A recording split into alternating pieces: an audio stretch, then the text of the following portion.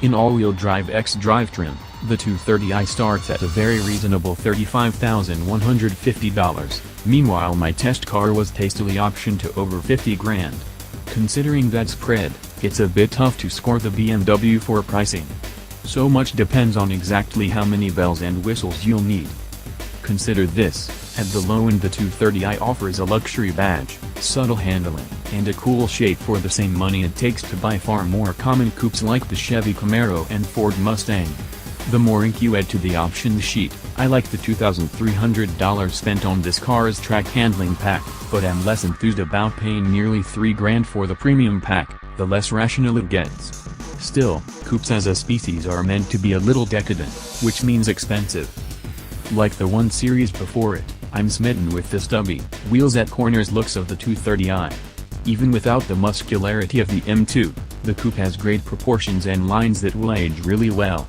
It's conservative, where sporting coupes are concerned, and that's a formula that has worked well for BMW for decades. Still, some points are deducted here for a lack of originality and outright beauty, in a segment where looks are considered before just about anything else. Driver and passenger have a surprising amount of room in this subcompact. At well over 6 feet tall, I found the head and legroom especially impressive, and welcome. In fact, the 230i measures out remarkably near the gigantic Dodge Challenger, in the front seats, in every direction save for width. BMW seats are pretty magical for people of all sizes, too, and no exception has been made for this tour. Thigh support is welcome for my long legs, and the back and bottom bolsters seem to beg me to take the next corner a little faster. There's a big, bright infotainment screen smack in the middle of the dash, which is both easy to read and make use of. Apple CarPlay is available but one must pay extra for it, which sucks, and while I think making wireless charging optional is sensible, not everyone cares to use it, charging $500 for the privilege seems stiff. I can buy a lot of Chinese knockoff lightning cables for $500. Crisp steering response and a really capable adaptive suspension, from the M division, allowed the 230i to hang with cars with a lot more motor.